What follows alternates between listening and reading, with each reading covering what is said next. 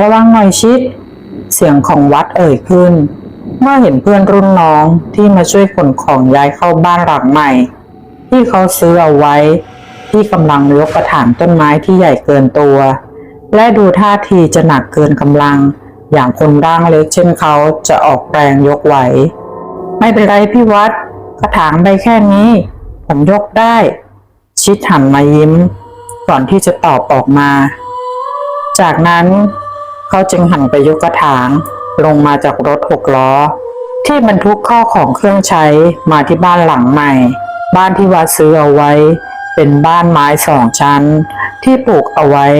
ในสวนผลไม้มีเนื้อที่เกือบ1 ไร่อยู่ลึกเข้ามาท้ายซอยที่ค่อนข้างเปี่ยวเอาการ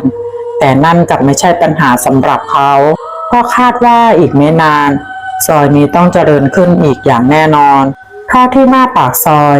เริ่มมีการก่อสร้างโครงการบ้านจัดสรรอยู่หลายโครงการเมื่อมีโครงการใหญ่สาธารณูปโภคต่างๆนานาก็จะทยอยกันตามเข้ามาอีกนับไม่ถ้วนบ้านไม้ที่เขาซื้อเอาไว้นี้คาดว่าน่าจะสร้างมาร่วม20 ปีเพราะสภาพภายนอกที่เห็นนั้นทรุดโทรมถูกเกาะเกี่ยวเต็มไปด้วยหญ้าและวัชพืชหลากพันสีน้ำตาลเข้มที่ใช้ทาภายนอกหลุดร่อนแตกกระเทาะหลุดร่วงรอบบริเวณบ้านเต็มไปด้วยต้นหญ้าที่สูงท่วมเข่าไม้ผลยืนต้นที่ปลูกเอาไว้รอบบ้านไม่ว่าจะเป็นมะม่วงชมพู่มะขามมะปรางขนุนหรือแม้กระทั่งต้นมะพร้าวที่ยืนต้นตระหง่านกิ่งใบปกคลุมรกครึ้มอย่างขาดการดูแลมาเนิ่นนานในครั้งแรกที่วัดชายหนุ่มนักการตลาดผ่านมาพบเห็นบ้านหลังนี้ก็คือเมื่อ2 เดือนก่อนเขาขับรถมาทำธุระละแวกนี้แต่ดันหลงทางเลี้ยวผิดซอยพัดหลงเข้ามาในซอยนี้และขับเรื่อยมาจนพบกับบ้านหลังนี้โดยบังเอิญช่วงเวลาที่เขาเข้ามาเป็นครั้งแรกนั้นเป็นเวลาประมาณบ่าย3 โมงถึงบ่าย4 โมงเย็นสะดุดตากับบ้านหลังนี้เพราะเนื้อที่รอบบริเวณบ้านที่ปลูกไม้ยืนต้นไว้รอบบริเวณบ้านเป็นบ้านที่เขาใฝ่ฝันมานานแล้ว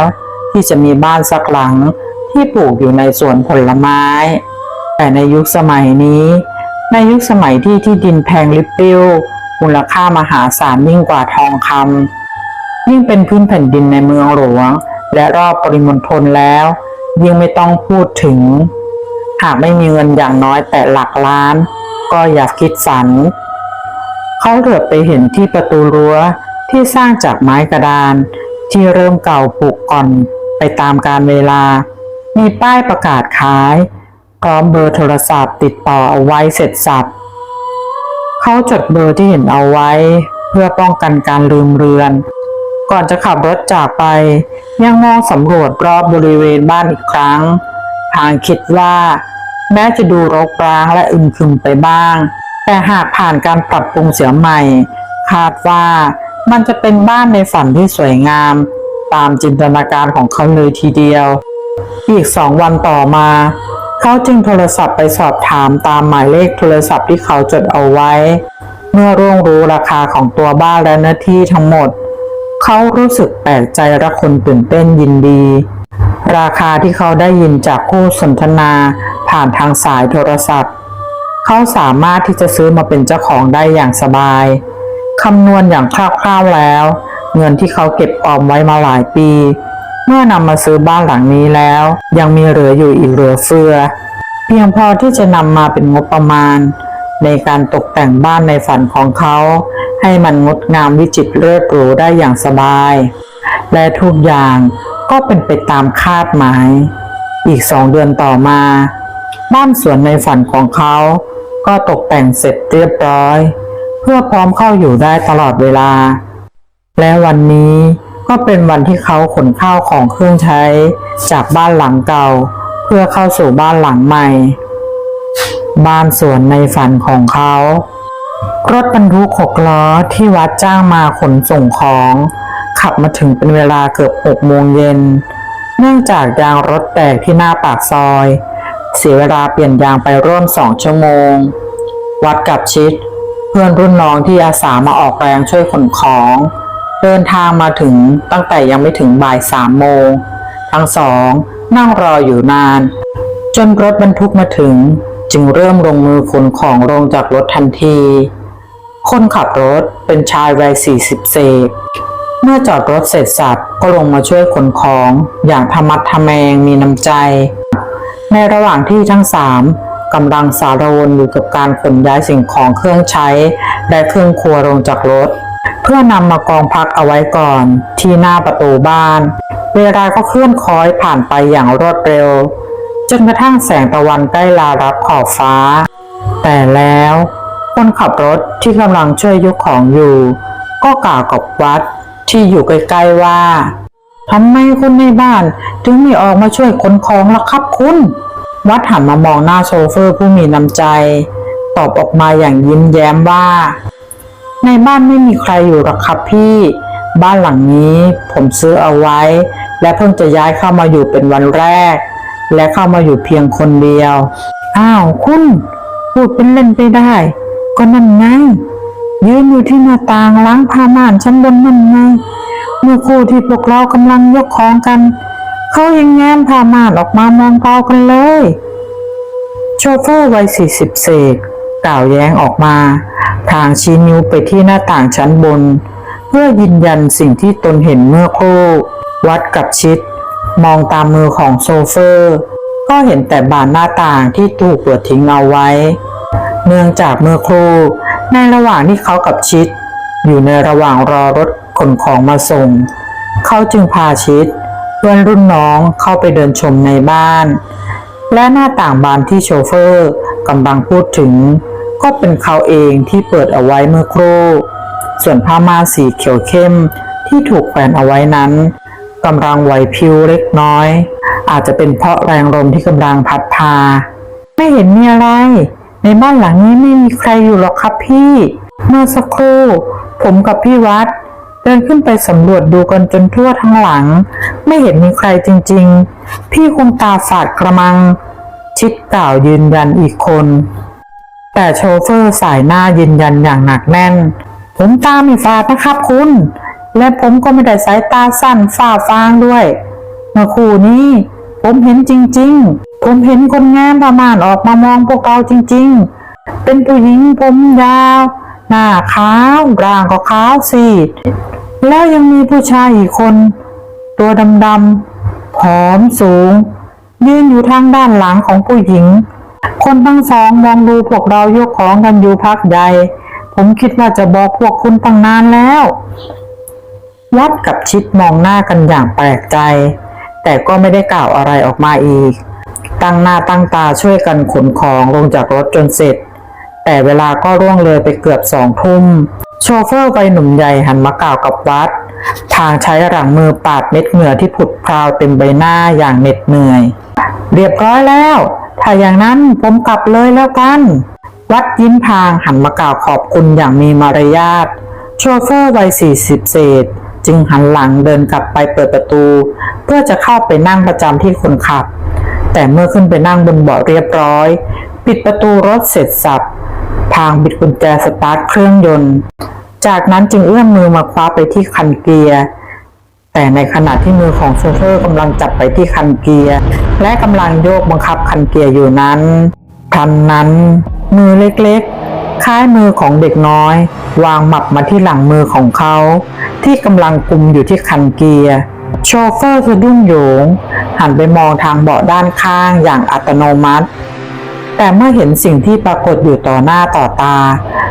ร่างของโชเฟอร์ถึงกับผละถอยหลังจนกระแทกกับประตูรถสิ่งที่เขาเห็นนั่นคือร่างของเด็กชายวัย 5-6 ปีนั่งอยู่ทางเบาะด้านซ้ายที่กำลังมองมาที่ร่างของเขาด้วยแววตาที่วิงวอนพลางกล่าวออกมาว่าลุงหนูขอไปด้วยนะพาหนูไปด้วยหนูอยากไปเที่ยวพาหนูไปด้วยในขณะที่อ้าปากพูดเลือดข้นคลัก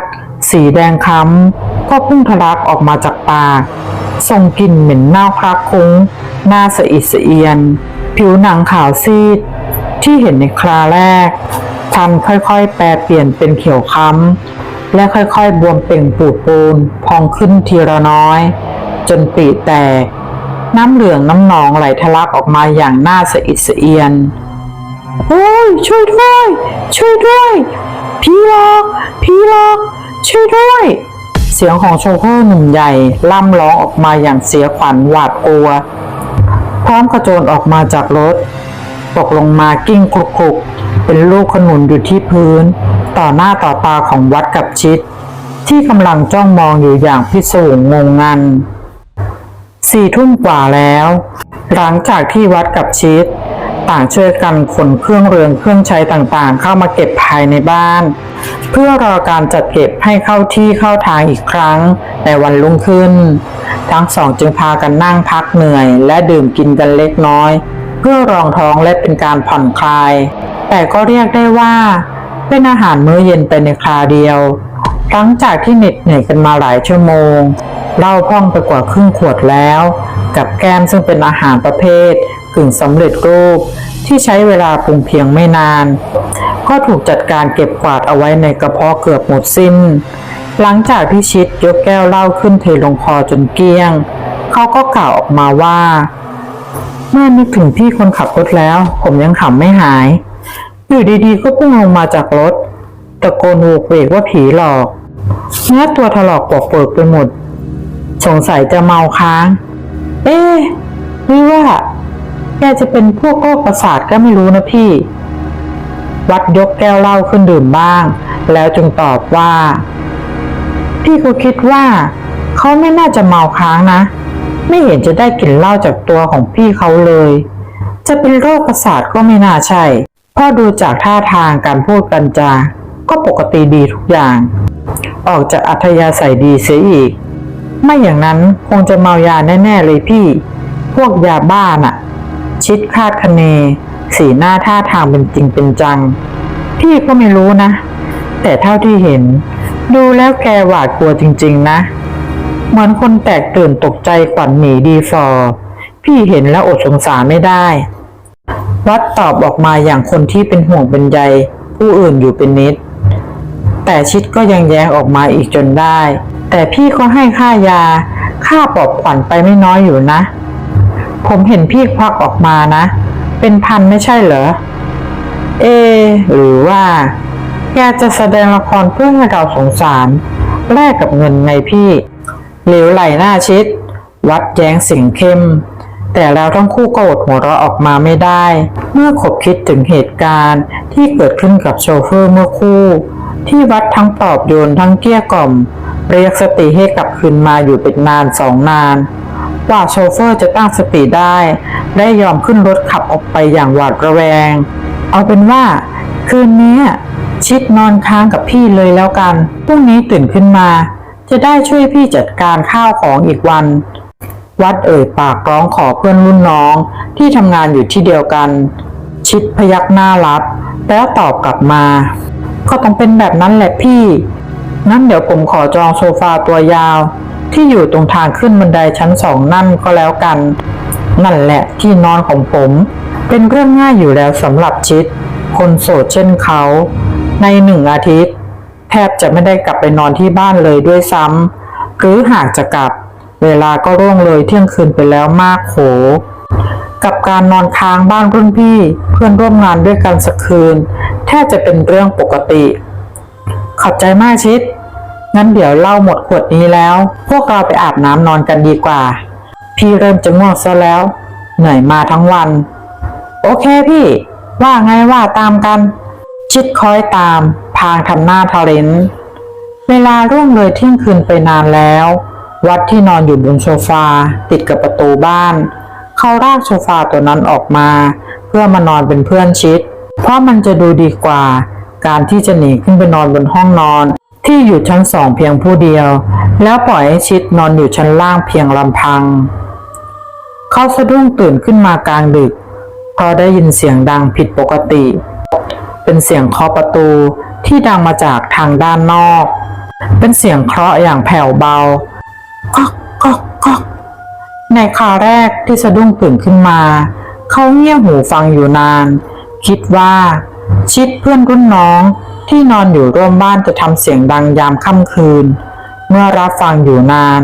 จึงจำแนกต้นเสียงได้ว่าดังมาจากประตู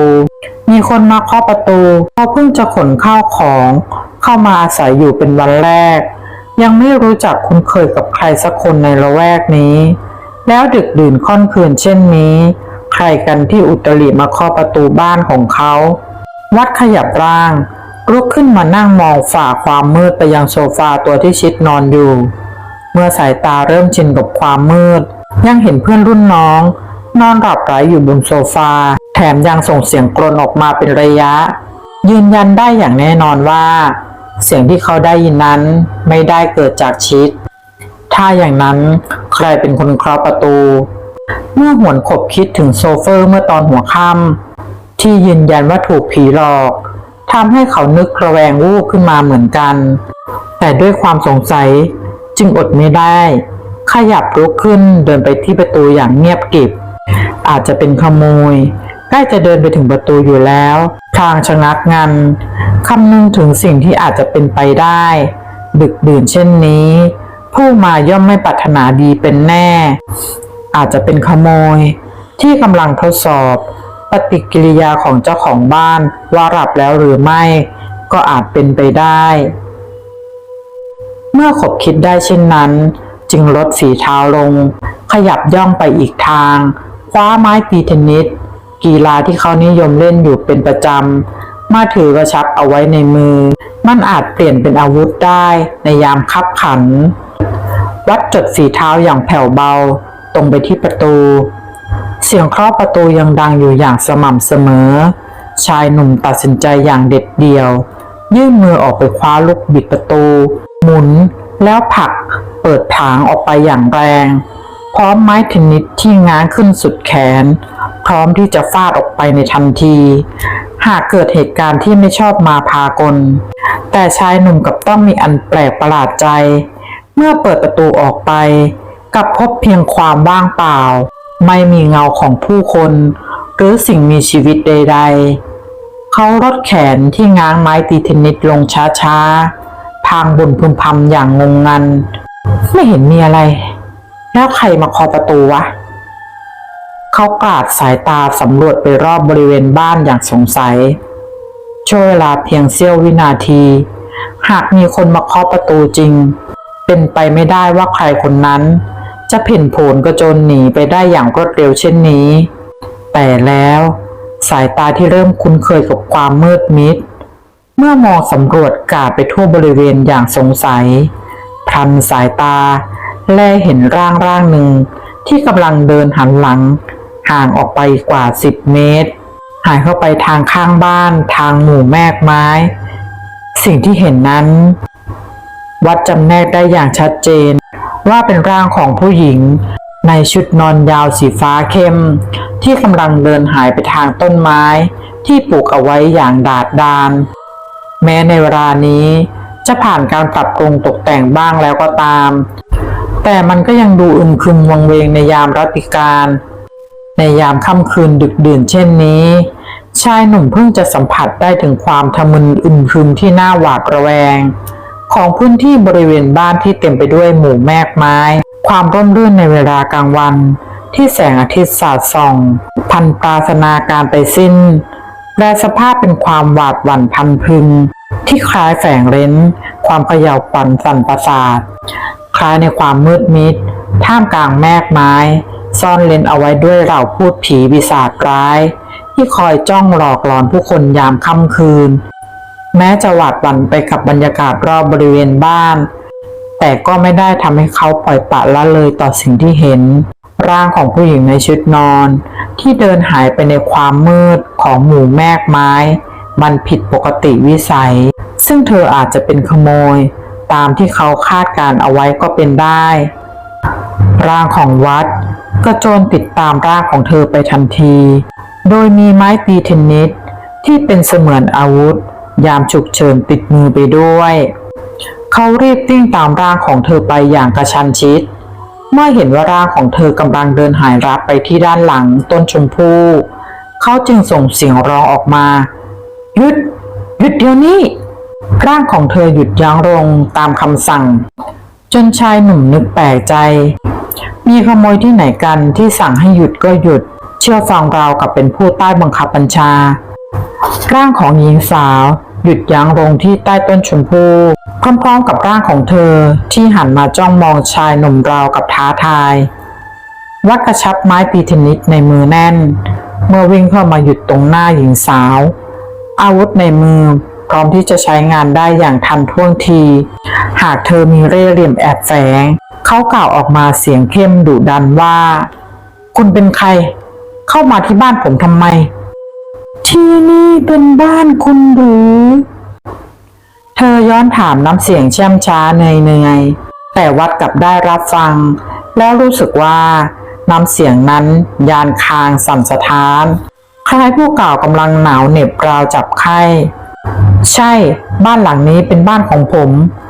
มาซื้อเอาไว้เมื่อ2 เดือนที่แล้วและเพิ่งจะย้ายเข้ามาอยู่วันนี้เป็นวันแรก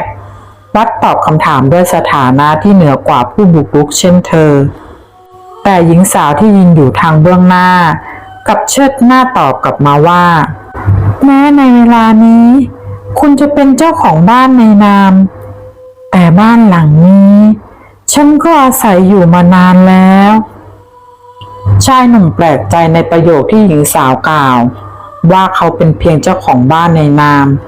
มันจะเป็นไปได้อย่างไรในเมื่อเขามีกรรมสิทธิ์ในบ้านหลังนี้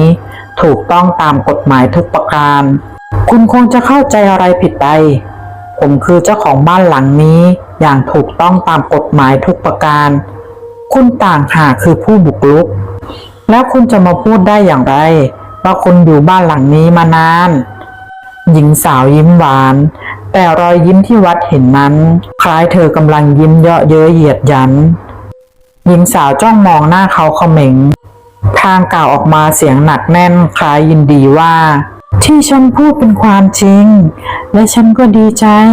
ที่มีคุณเข้ามาเป็นสมาชิกใหม่ชายหนุ่มขมวดคิ้วฉงนสงสัยสมาชิกใหม่อะไรกันด้วยความที่ถูกปลุกขึ้นมากลางดึกด้วยเสียงที่ดังผิดปกติแล้วยังมาพบเจอกับคำตอบที่กำกลยอกย้อนของหญิงสาวทางเบื้องหน้าอีกอารมณ์เริ่มขุ่นมัวขึ้นเรื่อยๆตะคอกกลับมาว่าคุณต้องการอะไรกันแน่รีบบอกมาให้ชัดเจนดีกว่า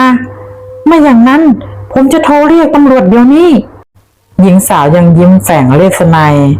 แต่แววตาที่คล้ายไร้ประกายสะท้อนยังจ้องหน้าชายหนุ่มอย่างไม่คลาดคลาตอบกลับมาว่า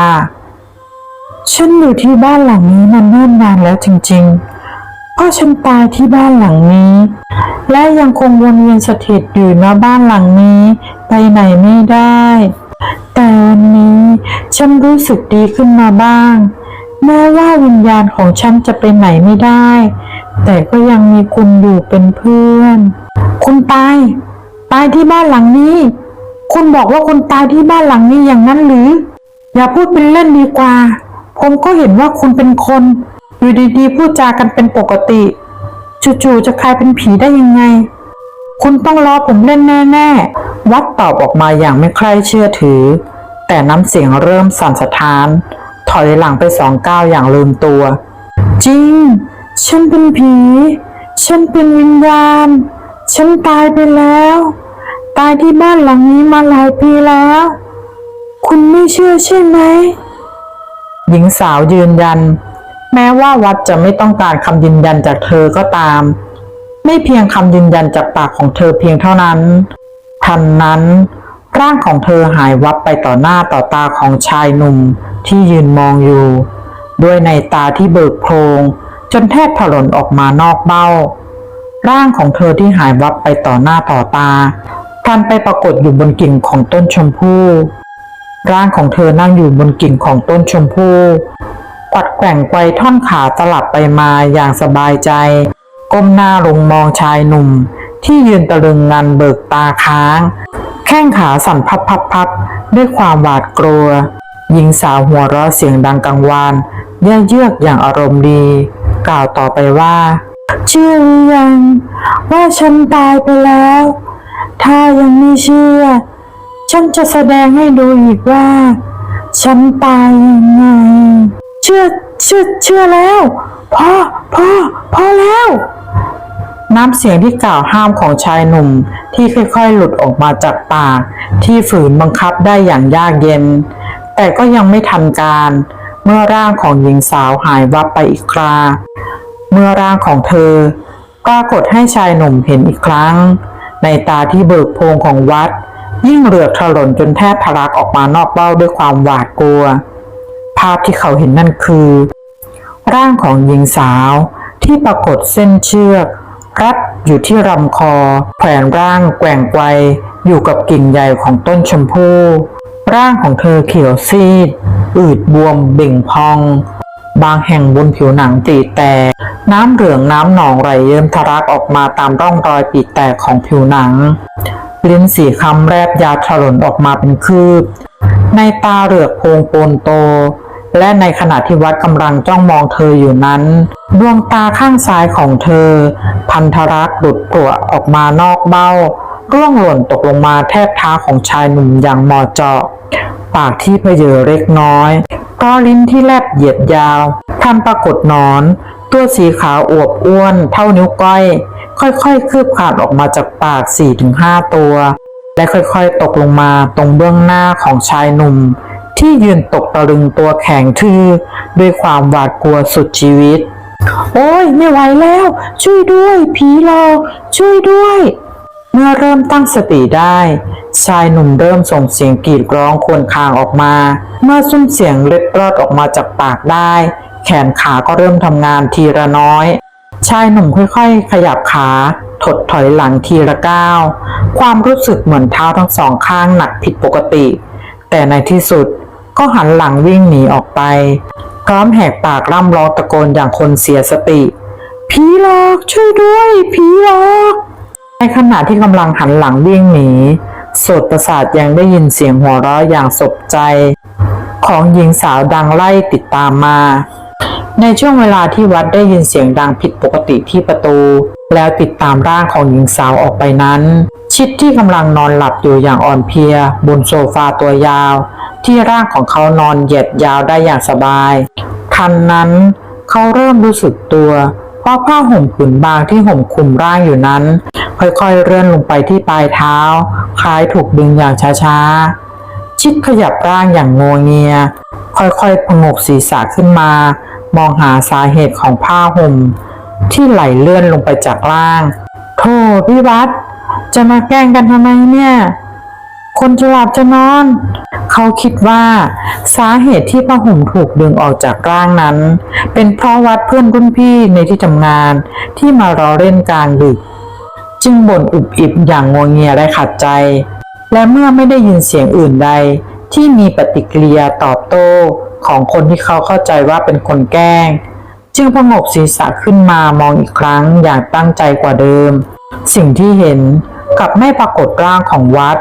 เขาจึงกราดสายตามองไปทั่วแต่ทั่วทั้งห้องกลับไม่มีร่างของชายหนุ่มรุ่นพี่จึงค่อยๆขยับร่างยันกายลุกขึ้นนั่งสอดสายตามองหาอีกครั้งอย่างแปลกใจไปไหนดึกดื่นหรือจะไปเข้าห้องน้ำเมื่อคิดได้ดังนั้นจึงเตรียมตัวเอนร่างลงนอนอีกครั้งแต่ก็ต้องสะดุ้งพรวดสุดตัวดีดร่างลุกขึ้นกลับมานั่งใหม่อีกครั้งเมื่อพบเห็นสิ่งปกติทางห่างตาตอนที่เอนร่างลงนอนเมื่อครู่ชิดค่อยๆชะโงกหน้ามองไปทางปลายเท้าที่เมื่อครู่ผ้าห่มที่คลุมร่างเลื่อนลงไปกองอยู่ที่พื้นสิ่งที่เห็นนั่นคือผ้าห่มที่ตกลงไปแทนที่จะราบเรียบอยู่ที่พื้น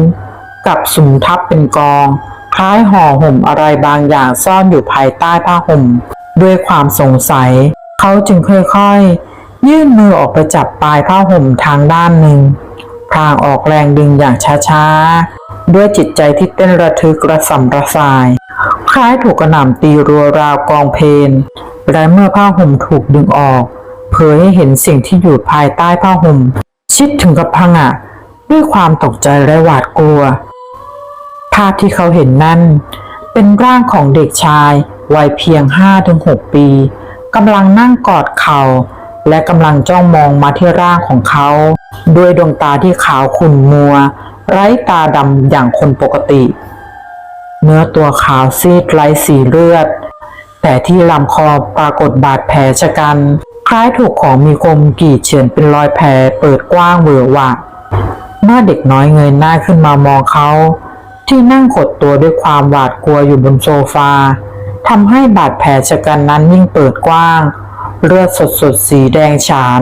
หลั่งไหลชโลมร่างย้อมร่างของเด็กชายจนกลายเป็นสีแดงสดกลิ่นคาวเลือดอบอวนคละคลุ้งไปทั่วบริเวณบนใบหน้าของเด็กน้อยปรากฏรอยยิ้มขึ้นกล่าวออกมาช้าๆว่ามาเล่นกับหนูเถอะมาเร็วมาเล่นซ่อนหากันเด็กน้อยยกมือขึ้นกวักเรียกชิดที่นั่งตัวสั่นสะท้านในตาเบิกโพรงอย่างขวัญผวาเด็กน้อยขยับร่างลุกขึ้นเดินตรงมาหาชายหนุ่มอย่างช้าๆเลือดสดๆไหลรินเป็นทางมาเร็วสินะมาเล่นซ่อนหากันหนูเหงามาเล่นกับหนูนะ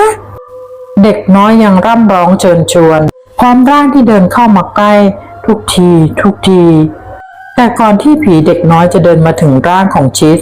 พลันปรากฏเสียงตวาดดังขึ้นทางด้านหลังของชิดหยุดยั้งการกระทำของผีเด็กน้อยอย่างทันควันหยุดนะไอ้หนูอย่าไปแกล้งนะเขาไปเล่นที่อื่นไปเด็กชายชะงักร่างหยุดยั้งเมื่อมองไปทางด้านหลังของชายหนุ่มเมื่อเห็นเจ้าของร่างที่ส่งเสียงตวาดห้ามตนจึงสะบัดหน้าอย่างขัดใจและหันหลังวิ่งจากไปแต่ภาพที่ชิดเห็นนั้นตอนที่เด็กน้อยวิ่งจากไปนั้นทำให้เขาตกใจแทบช็อกเพราะว่าร่างของเด็กน้อยเมื่อวิ่งไปถึงผนังห้องร่างพันหายวับไปคล้ายร่างที่เห็นเป็นเพียงอากาศธาตุโอ้ยช่วยด้วยผีหลอกช่วยด้วยเสียงร่ำร้องของเขาเล็ดลอดออกมาอย่างแผ่วเบาเป็นน้ำเสียงที่เล็ดลอดมาจากริมฝีปากได้เพียงเท่านั้นอย่าไปถือสาเด็กมันเลยคุณเด็กมันยังไม่รู้เรื่องรู้ราวยังไม่รู้ว่าอะไรควรไม่ควรเป็นน้ำเสียงที่กล่าวออกมาอย่างช้าๆเยือกเย็นเป็นเสียงเดียวกันกับที่เขาได้ยินเมื่อครู่ชิดค่อยๆเหลียวหน้าหันไปตามเสียงแต่เมื่อเห็นร่างของเจ้าของเสียงคราวนี้เขาถึงกับดีดร่างพึงผุดลุกขึ้นจ้องมองด้วยความหวาดกลัวจนสติแทบแตกกระเจิงเพิ่งจะเข้าใจก็ตอนนี้เองที่เขาเรียกว่ากลัวจนขนหัวลุกมันเป็นอย่างไรภาพที่ชิดเห็นที่ยืนอยู่ด้านหลังของเขาเมื่อครู่เป็นร่างของหนุ่มใหญ่และหญิงสาวที่คาดว่าอายุน่าจะสัก30ต้นๆยืนอยู่เคียงคู่กันแต่สิ่งที่ทำให้ชิดหวาดกลัวจนขนลุกนั่นคือร่างของหนุ่มใหญ่ที่เห็นนั้นที่มือข้างขวาของเขาถือขวานขนาดใหญ่อยู่ด้วยส่วนที่คมขวานยังมีเลือดสดๆสีแดงย้อมชโลมและหยดลงที่พื้นช้าๆทีละหยดที่แผ่นอกทางด้านซ้าย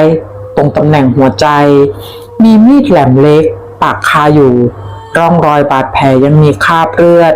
ย้อมชโลมอยู่จนแดงฉานส่วนหญิงสาวที่ยืนอยู่ทางด้านข้างยิ่งสยดสยองเสียยิ่งกว่าร่างในชุดนอนยาวสีขาวของเธอบัดนี้แทบจะแปลเปลี่ยนเป็นสีแดงจากเลือดที่หลั่งทะลักออกมาจากบาดแผลที่ลำคอที่ถูกของมีคมฟันฉับเข้าอย่างรุนแรงจนเป็นบาดแผลชะกันจนศีรษะของเธอพับห้อยลงมาจนแทบจะหลุดขาดออกจากบ่าคอของเธอที่พับไปทางด้านข้างเส้นผมที่เหยียดยาวของเธอตกละลงมาแทบเลียพื้นผีช่วยด้วยผีหลอกช่วยด้วยผีหลอกชิดแหกปากร้องตะโกนลั่นไม่สนใจรับรู้รับฟังอะไรอีกต่อไปแล้วเขาหันหลังวิ่งตรงไปที่ประตูเมื่อถึงประตูร่างของเขาพุ่งเข้าชนกับบานประตูอย่างคุ้มข้างจนบานประตูพังหลุดออกไปทั้งบานและเมื่อร่างของเขาพุ่งกระโจนออกไปจากบ้านก็พุ่งชนเข้ากับร่างของวัดที่กำลังหลับหูหลับตาวิ่งแหกปากร่ำร้องออกมาอย่างเสียขวัญสติกระเจิงเมื่อทั้งชิดและวัดเพ่นออกมาจากบ้านจึงมาหยุดอยู่ที่นอกรั้วเมื่อตั้งสติได้จึงผัดกันเล่า ถึงความสยดสยองที่ตนประสบมาด้วยอาการขนลุกขนชันยังมีความรู้สึกอีกว่าเส้นผมบนศีรษะคล้ายลุกชันตั้งตรงพี่วัดบ้านของพี่ผีโคตรดุเลยโอ้ยเมื่อกี้นะหัวใจผมแทบจะหยุดเต้นให้ได้กล่าวพลางหอบหายใจอย่างแรงพลึกร่างลงนั่งกองกับพื้นเกิดมาก็เพิ่งจะเคยพบเคยเจอนี่แหละไม่เคยนึกมาก่อนเลยว่าในโลกนี้จะมีผีจริงๆวัดระรำระรักออกมาบ้างเมื่อนึกถึงเหตุการณ์สยองเมื่อคู่แขนขาแทบก้าวขยับเคลื่อนไหวไม่ได้หวาดกลัวจนแทบลืมหายใจเป็นตายยังไงผมก็ไม่ขอเข้าไปในบ้านของพี่อีกแล้วผมกลัวชิดยิ่งทำขาดอ้าวแล้วพี่จะทำยังไงล่ะวัดทำหน้าเหลอหลาก็แล้วแต่พี่เถอะสำหรับผมชาตินี้ไม่ขอเหยียบย่างมาที่นี่อีกเป็นอันขาดเข็ดจริงๆเข็ดกระยาดไปจนวันตายเลยทีเดียวชิดตัดบทเป็นอันว่าคืนนี้วัดต้องเดินทางไปค้างที่บ้านของชิดและคนทั้งสองก็นอนทรงเป็นไข้กันไปหลายวันอีกหลายวันต่อมาเมื่อวัดหายดีแล้วเขาต้องการหาที่พักใหม่และที่บ้านสวนในฝันของเขาก็มีป้ายประกาศติดเอาไว้ที่หน้าประตูรั้วบ้านขายด่วนและเช่นเคยค่ะ